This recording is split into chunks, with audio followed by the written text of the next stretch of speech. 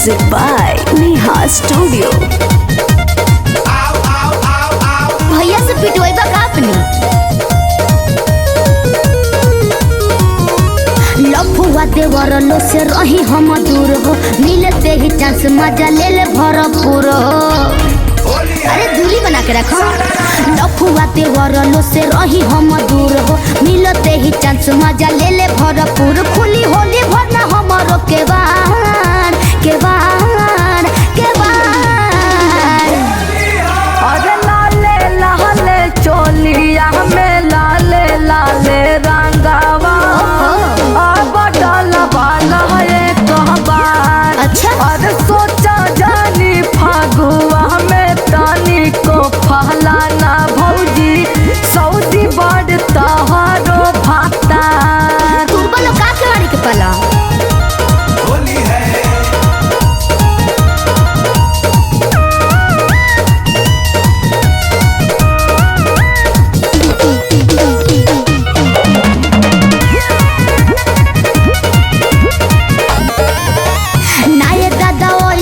गलती न कहरब आइल बाड़ चार जहना किन का से लड़ब बोलो खोला ना के बढ़िया तानी बहरिया ना ना ना ना ना होलिया में देवरन के जन छछनाबा जाई बाद में आए पिचकारी बटे फूल तोहार तोहार तोहार अरे तू हट ना अरे लाले लाले चोलिया में लाले लाले रंगावा अब डालवा लहे कहबार दूर रह अरे सोचा जानी फागुआ में तानी को फहलाना भौजी सऊदी बड़ तहारो भाता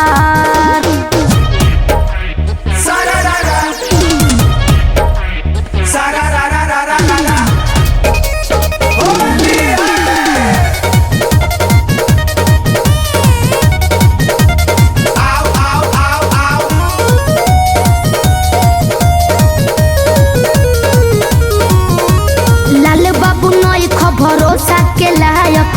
डल शुभम जैसे डाले खाला नायक बुझतानी हो खातर भाव काहे तना भौजी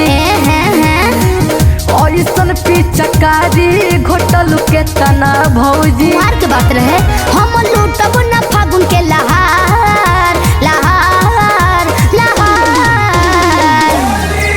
अरे लाले लाले चोलिया में लाले लाले रंगावा अब डालवा लहे कहबार अरे सोचा जानी फागुआ में तानी को फलाना भौजी सऊदी बड़ तहारो भाता लफुआ देवर लो से रही हम दूर हो मिलते ही चांस मजा ले ले भरपूर अरे दूरी बना के रखो लफुआ देवर लो से रही हम दूर हो मिलते ही चांस मजा ले ले भरपूर खुली होली भरना हमारो के बार के बार के बार अरे लाले लाले चोलिया में लाले लाले रंगावा अब डालवा लहे कहबार अच्छा अरे सोचा जानी फागुआ में तानी को फहलाना भौजी सऊदी बड़ तहारो भाता भगवान के लिए आई गोबर